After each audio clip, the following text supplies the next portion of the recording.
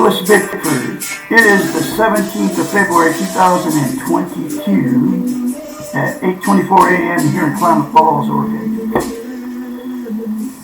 I am teaching self-esteem out of this book right here, written by a doctor of psychology. Her name's Susanna McMahon. She is a therapist, a psychiatrist, a therapist, a counselor many years. She's 73, lives in Madrid, Texas, okay?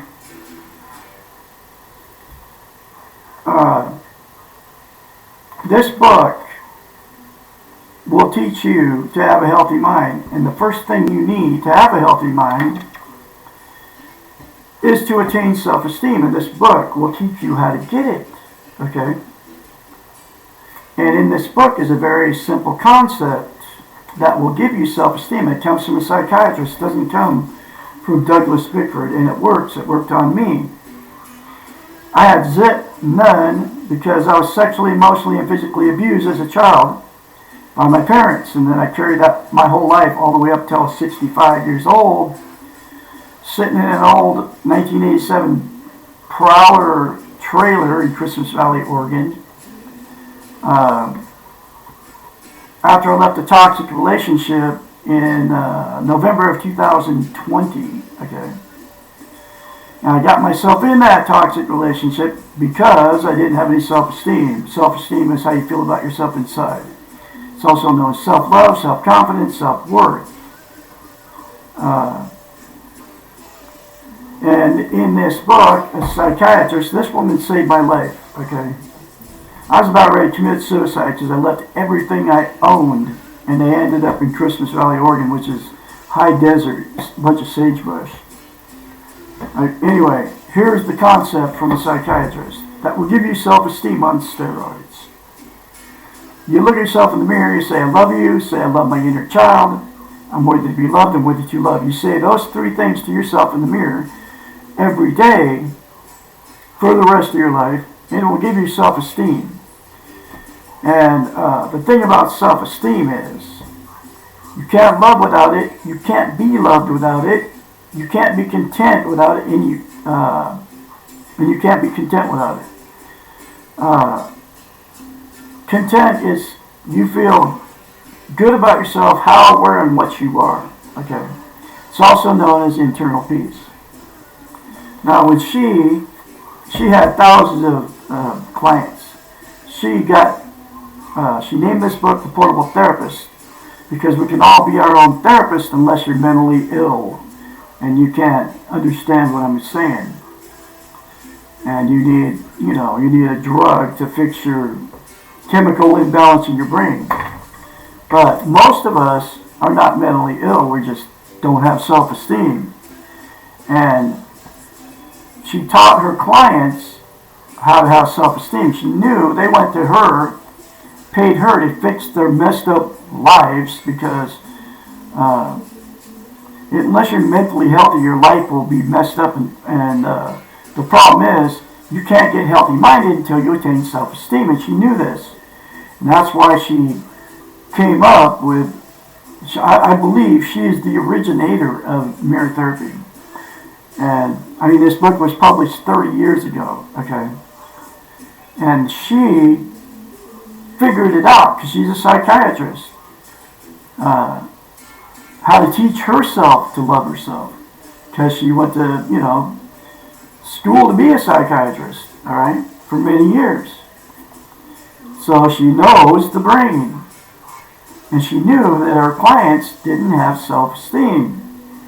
So she told them their daily assignment after they would finish their therapy session, whether it was twice a month, every week, or whatever, to go home and say, I love you in the mirror. She knew that would give them self-esteem. And guess what? They did it because she has all the credentials. They trusted her, okay? Now, I did it, when I read it in this book, okay, I was like you when I told you to do that, right? What good is that going to do? That's crazy. That sounds nuts, right? I thought the same thing. But then I was reading this book and actually started going through it on YouTube because of it. I looked at that and I go, wait a minute, she's a psychiatrist. She must be telling her clients in the book, okay, to do that. There must be something to it. So I just like threw out everything, my defenses, and I forced myself to say I love you in the mirror. Those three things. Okay?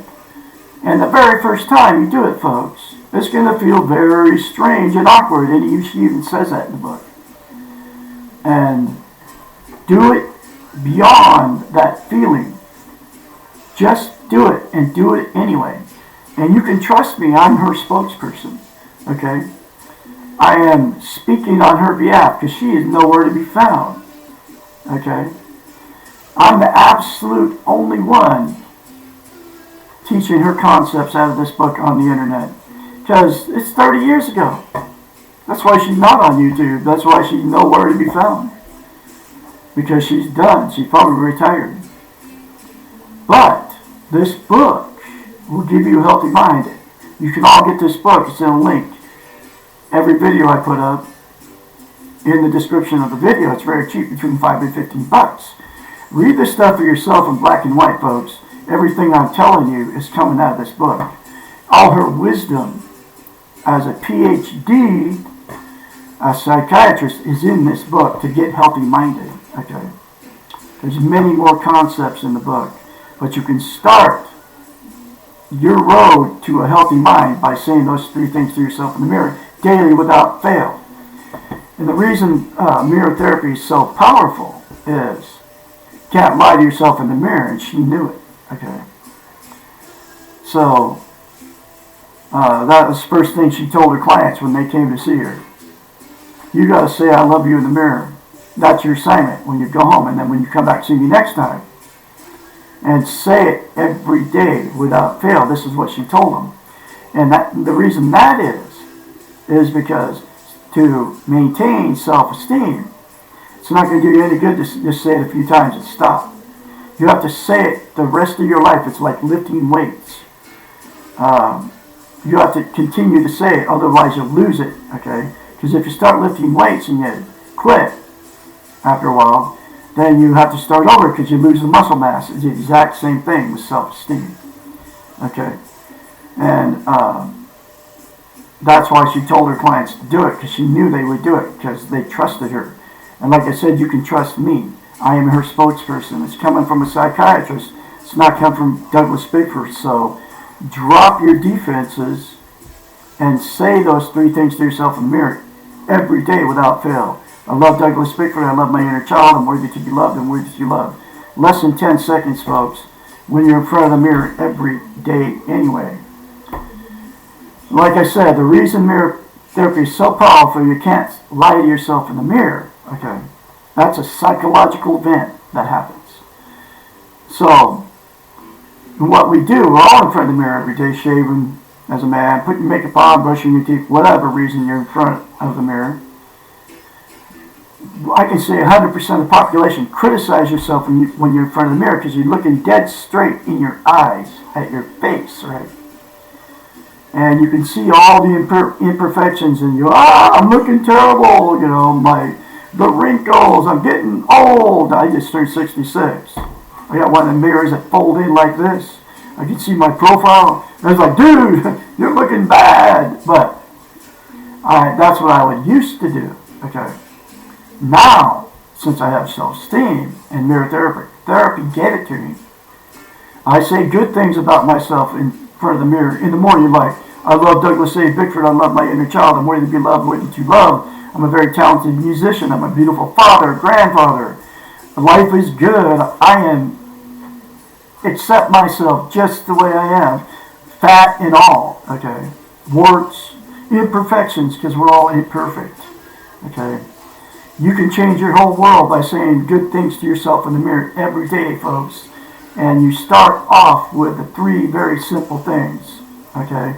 I love Douglas Bickford. I love you. Hey, oh, wait. If you're good looking and you're slender and I'm attracted to you, then you can say, I love Douglas Bickford too. Okay? Just call me up. I'm kidding. All right, but that is what got me in trouble in the first place. Was because the Craigslist ad I put on the freaking internet in 2017 said exactly that. Okay? And I got in a 3.5 year toxic marriage with this woman I met in Idaho because of that ad. I married this woman after 3 weeks because of that ad. Because she was very good looking. She had nothing and all the red flags were there. But Mr. Douglas Bickford didn't have any self-esteem. That's why I posted that ad. That's why I married this woman after 3 weeks without even knowing who she even was. You know. Then she was married so many times she never even told me how many times she was married. It was my fourth failed marriage because I had no self-esteem. Anyway, so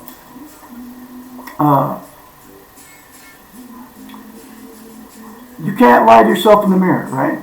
So you're in front of the mirror every day, and you criticize yourself. And you know what that proves? That you don't love yourself. Because if you had self-esteem, self-love, self-confidence, self-worth, you would never say bad things about yourself in the mirror or any other time. You would always say positive things about yourself. Think about this. If you had a new relationship, whether it's a man or woman, just met this person, man, and you're in that phase, woo, they can do nothing wrong. You can do nothing wrong. You're just like infatuated. You can't wait to be with them. You want them hanging out with you. They're your soulmate. That's what you're telling everybody. She's saying the same thing about you, man. They can do no wrong. They're walk on water. They're so perfect, right? There's no way you would ever say anything bad to them. Like, oh, you're wrinkled, your teeth are crooked, you got zits, look at those, you're looking old, look at those blemishes on your face. There is no way you would ever say anything like that to them, because you want them to love you, and you're falling in love with them. But guess what, folks? You'll say it to yourself. That's because you don't believe it. Everything that comes out of your mouth that's how you feel about yourself, right? So Umar comes along, and from a psychiatrist, tells you to say, I love you in the mirror, I love my inner child, I'm worthy to be loved, and the way that you love, you cringe. Oh my! And you, like, want to attack me because I told you that you don't love yourself, and you're crazy, you turn me off. And that's because you don't love yourself and you don't have self-esteem. Because if you did love yourself, you would, when I told you, they'd be like, hey, yo, dude, I love myself. I don't have any problem saying I love you in the mirror. Okay? That's what you would say to me if you loved yourself. But your defense mechanism kicks in. You're unconsciously attacking me. And you don't even know it, that it's a defense mechanism. Because Umar comes around and tells you you don't love yourself. That's why I get attacked. That's why people turn me off and don't listen to me. Because it's a defense mechanism. Okay? But it's all true, folks. But the cure for that is to love yourself. The 3 simple things to yourself in the mirror. So, here's the bottom line. You'll have to force yourself the very first time you do it. Say, I love you in the mirror. Force yourself beyond all that, those defenses. Get me out of the equation. And just remember, it's coming from a psychiatrist to you, a therapist. And it's all free, folks. I'm not even charging you for this. Okay, and I'm spending my time to try to get through to you. Okay. And it works. It worked on me. You just got to do it. Just get beyond all that. And just say it daily for the rest of your life. Less than 10 seconds, folks, will change your life. I guarantee it, from Douglas Bickford in Klamath Falls, Oregon. Okay. Now, when you do that, I can be your mentor. McMahon-458-232-5238. Call me anytime, day or night. I can encourage you to keep loving yourself. Because after you start loving yourself, then you have to treat yourself like you love yourself. Because think about this. If you told somebody you loved them, right, and then you berated them, then that would prove that you didn't love them if you berated them, like said bad things about them to them, right? Like you do to yourself. No normal person would think that they were loved in that kind of conditions. So you have to say, "I love you" in the mirror, and then you have to treat yourself like you love yourself, which is very simple. Just treat yourself like you would treat a loved one. Okay? That's it. Somebody that you want to love you. And then the more you treat yourself good, the more you'll feel it, and the more you'll love yourself, the more you say it to yourself, "I love you," and the more you treat yourself like you love yourself, the more you will feel it, and the more you will believe it. And the more things you will do for yourself, that you will make you feel loved. That's the way it works. Okay? It's that simple. You can all do it. I have confidence in you. Okay. So you cannot be loved or loved without self-esteem, right? So what happens is we get ourselves in toxic relationships because we attract exactly what we are. If you don't love yourself, you'll get with somebody that doesn't love themselves, and then you turn toxic to each other.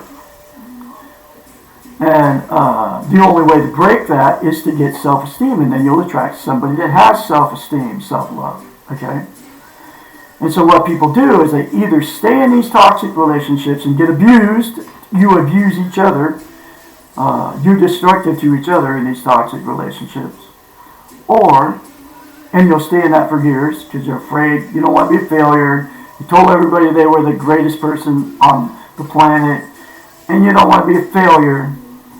You don't want the marriage to fail or the relationship to fail because you bragged about it to everybody how great it was.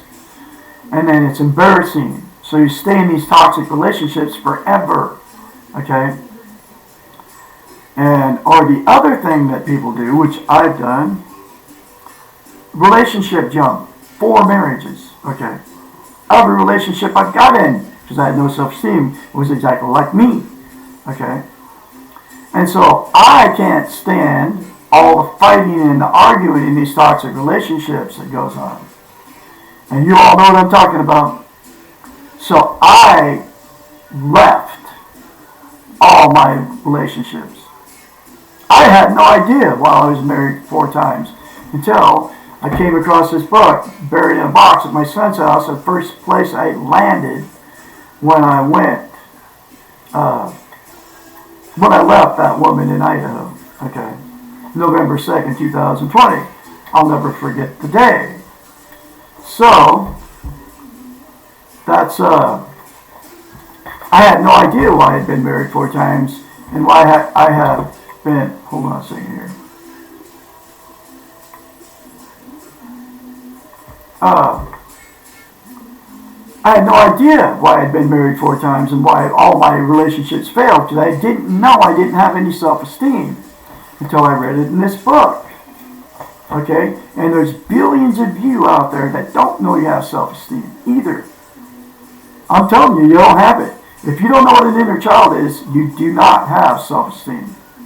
Because the second thing in the mirror, you have to say, "I love you" to my inner child.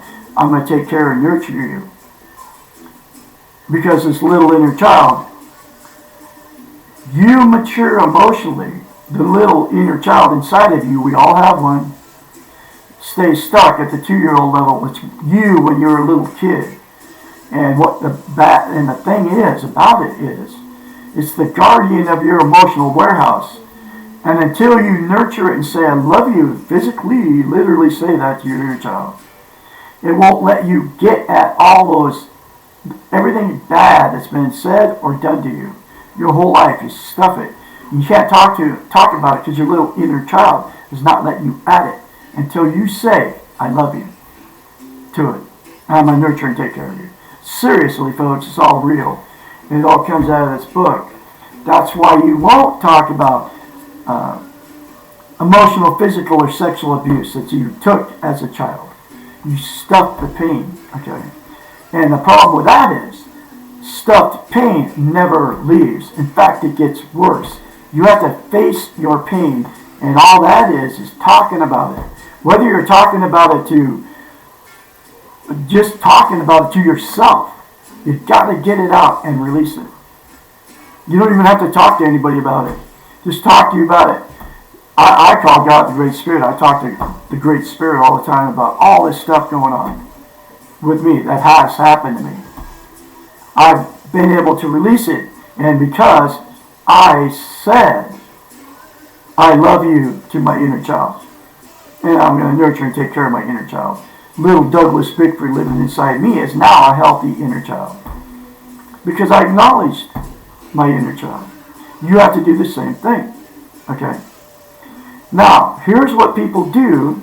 You can't be content without it, which is also known as inner peace, okay? You can never get inner peace without self-esteem, okay? And what people are doing to try to be content, there's 9 things, okay? These are all your favorites, folks. So don't turn me off when I start talking about those. Drugs, alcohol, sex, food, TV, religion, material possessions, another person or money. There's 9 things. You can start with drugs. But here's why people want to turn me off. You can include caffeine and nicotine in the drugs. Caffeine's a stimulant, and nicotine is like an opiate. Calms you down. Caffeine revs you up. That's why you have a couple of cups of coffee in the morning, or you drink it throughout the day. Marijuana, LSD, mescaline, methamphetamines, all the illegal street drugs, right? Psilocybin mushrooms. All the pharmaceuticals that these maniacs are coming up with and feeding us unnecessarily. Your doctor is prescribing you these toxic drug concoctions unnecessarily. There's only 3 things that you need to take a pharmaceutical medication for. One is for genetic depression. It means you're born with it. You cannot get undepressed unless you you have some kind of chemical imbalance in your brain, and you need the chemical to fix your brain so you can not be depressed your whole life. Mental illness. Your brain isn't functioning right, so you need a medication to fix your mental illness. Oh, and the other one is a physical ailment where you're in pain all the time, so you need pain medication. Those are the absolute only 3 things to take that you need medication for. And otherwise, you're using all that stuff just to feel good, okay? And the problem with it is you get addicted to all the drugs just to feel good, and it's always temporary, it never lasts, so you have to take more drug to feel good, right? That's why you smoke more pot. That's why you take another pharmaceutical antidepressant, right? Or you take anti-anxiety medication, right? You're taking a antidepressant because you're living in the past of guilt. You're taking anti-anxiety medication because you're living in the future in anxiety, something that hasn't happened yet. You can't fix the past. You don't know what's coming in the future. You can't. There's no reason to go there because you don't know what's coming. You got to live in the moment. Okay, right now is all we have, and that way you won't have to take a antidepressant, and you won't have to take anti-anxiety because you're living in the now. Okay. Anyway, that's just the drugs, right? It's always a temporary fix. It's never permanent. Drug or alcohol, exact same thing. I don't care where you're getting it from.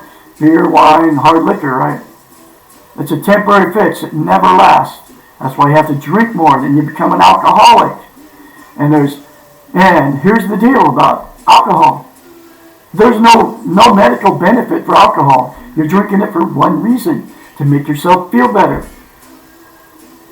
And you're just drinking it just to get the feel good. You can defend it to the hilt, but there's no benefit to alcohol. There's no benefit to drinking beer. There's no benefit to drinking red wine with alcohol in it. If you like the taste of beer, drink the non-alcoholic stuff. Or if you like the taste of wine, drink something without alcohol in it. I'm sure they make a non-alcoholic wine. If you know the benefit. The alcohol is doing nothing for you. In fact, it's destroying your body. You know, there's no other reason to put it in your mouth except for to make yourself feel better. Okay?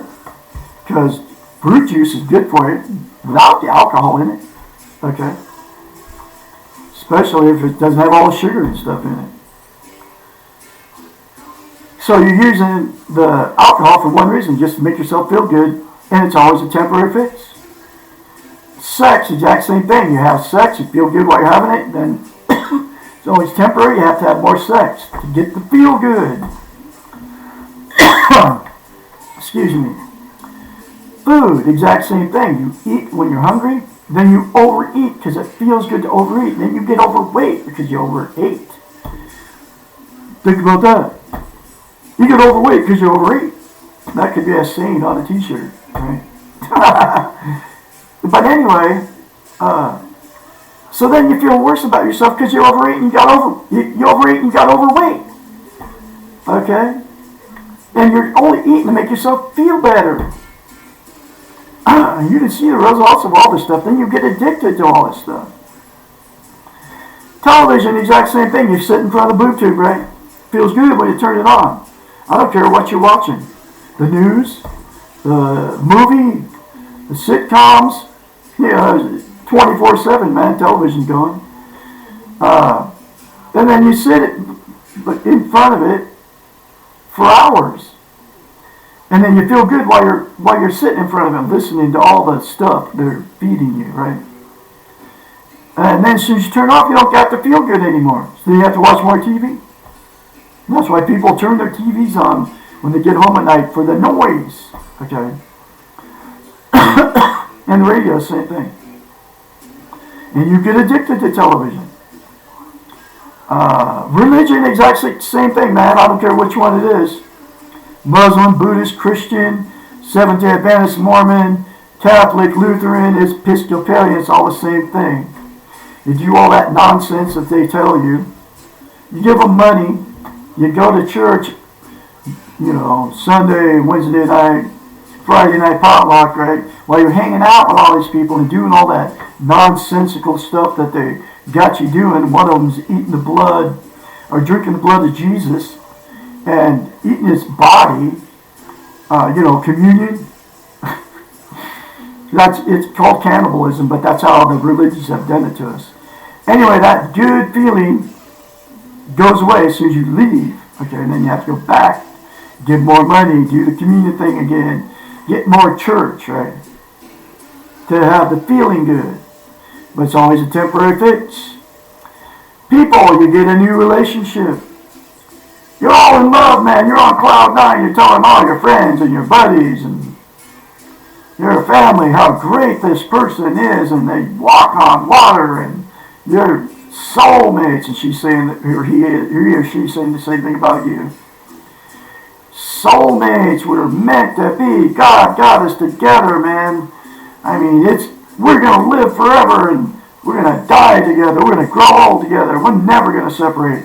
Then it all goes bad. As soon as that good feeling goes away. And it don't take very long either. Then the lies and the cheating and the calling each other names start. And then going down the road in the car, I'm gonna get away from this maniac, and the temporary separations, and then you apologize, and then it all starts all over. Because you didn't love yourself before you ever got in that relationship. You didn't have self-esteem, so then you turn toxic to each other. But the feel-good always goes away. It's always a temporary fix. Okay? Then the next one is material possessions. You get something new. You get something used. You get a brand new car, man, sits in your driveway. You're bragging all your friends. You're taking pictures of it. You go, woo, look at me. I got my new car. It doesn't matter what kind it is. You're so excited to get that car. You tell the car salesman, I don't care how much the payment is. I don't, and then you got the full coverage insurance and all that. A $500 car payment with a $300 insurance bill to go with it. A total of $800, and then that thing sits in your driveway, right?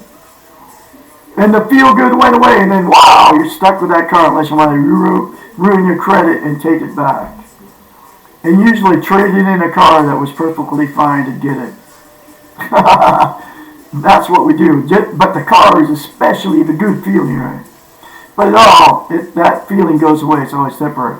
Then, and the other thing is buy a new pair of shoes. Doesn't matter what you buy. Used, new. You go to a thrift store. You buy a bunch of junk you don't need. Feels good to buy that stuff.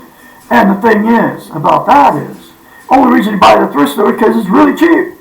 Woo! I can get that you can walk out of the thrift store with $20 for, a basket full of stuff for $20. Check it out, and you tell all your friends what you got, and then you take the stuff home, and usually ends up in a closet. You never see it again. Or it ends up back at a thrift store. Or it ends up in the dump. Okay. The feel good never lasted. Okay. And then the last one is dinero. You get a chunk of change. Some people do good things with it. You go buy something with it. Or any kind of money at all. Feels good when you first get it. But that good feeling goes away. I don't care how much money you get. I don't even care what you do with it. Either you save it, you go to gamble away at the casino. A lot of people do that too. Or you buy something cool with it. But that good feeling always is temporary. It's never a permanent fix to give you eternal peace. There's only one thing that will, and that's to attain self-esteem. And that's 3 things to yourself in the mirror, folks, will give you self-esteem. Guaranteed. If you do it, and you keep doing it. Just like I've been telling you. Okay. Now I'm going through this book, one chapter at a time, if you made it this far into the video. I know it's already 32 minutes. And I have been since 19 February 2021. And I'm going to keep going through this book. This is my 5th time going through the book. This next chapter is called What is Wrong with Having Illusions, chapter 34. As mentioned earlier, which is in the last one of the chapters before this one, it is necessary to kill our illusions in order to learn acceptance. Why? Illusions, expectations, myths, and wishes are necessary precursors to the unexplored life. They are often used to prevent the reality of life from causing pain. And now, one of the big ones is television, folks. It's illusion on the TV. And that's what she's talking about. The TV, folks, your favorite thing, right? That's why you got more than one in your house. I'll read that one part again. They are often used to prevent the reality of life from causing pain. And that's exactly what you're using them for. Television, you get addicted to it. Just like I said.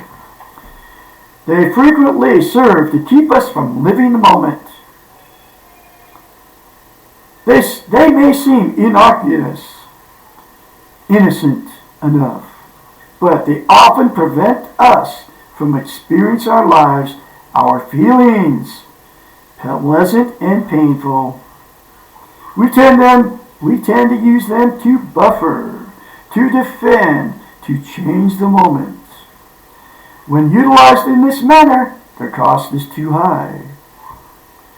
They may well keep out the pain, but while doing so, they also anesthetize us from living. When we use illusions to defend us from the pain, we are using them as drugs. We are no longer wide awake, alert, responsible, and aware of ourselves in the moment. We are no longer in control of ourselves. By definition, Illusions are fantasies. They do not represent the reality of our lives, which is we all die. The world is full of pain and full of fear, folks. You have to accept that reality. Okay. They frequently represent unattainable goals. And you know what, talking about the $80,000 car you see in all these commercials, right? It's unattainable for you, but it's attainable for all the Rachel Maddows and all these maniacs that you worship because they're on TV and they're rich and famous, right? The Sean Hannitys, the Donald Trumps, the Joe Bidens, all the politicians.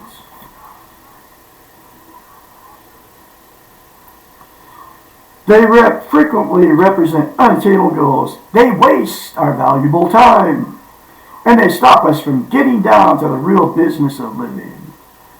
If we spend our lives fantasizing about what we want, but do not have, we have less time to enjoy what we do have. Our Western model, and here comes that training thing, does not teach us to enjoy the moment. Instead, we are trained to be focused on where we have been in the past and where we are going in the future, and you have control of neither one. There is no place in the here and now for illusions. Just as we must accept ourselves in order to know ourselves, so must we explore ourselves. And this exploration must be real. The unexplored life is not living, it is dreaming. In order to learn about life in ourselves, within this life, we need to be willing to explore. Illusions are easy. It's easy to turn on the television, folks. Expectations are killers. Neither helps to deal with the moment, and both frequently tend to cause problems when we are forced to confront the reality of our lives. Instead, we will sit around and passively wait for X to occur, or we will focus all our energies in forcing X to occur. And if it does not occur, we frequently find that we are no better off than before. In fact, we may feel much worse. We may become frustrated and depressed. Illusions tend to produce passive behaviors or the unrealistic need to control things that are out of our control. They are a means to externalize and therefore avoid the reality of the situation. They mean that we are spending the moment living in the future in the never land of what if. Expectations are similar in that they indicate that we're living in the future. Expectations mean imagining something, either good or bad, that is not in our control. The time we spend imagining is time wasted. We can do nothing about the future except live it when it comes to present. We can do a lot of things in the present, but not if we are dreaming or expecting the future. Illusions can be fun if we do not take them seriously. Dreaming, hoping, and planning can be constructive tasks if they are based on the reality of the moment. Future visions can be productive when they are realistic and attainable. If you know that you are moving to a new city in 6 months, you can dream about what your life would be like, and you'll plan for the move. These are normal events and reality-based. The danger begins when your illusions transcend the reality and you begin to dream that everything will change because, and only because, you have moved. You are now creating a set of expectations that can only lead to failure. Remember, you take yourself wherever you go, and you take any unresolved problems with you. If you use illusions and expectations, dreams, and wishes as an escape from yourself and your life, you will quickly find, there goes Bubbles,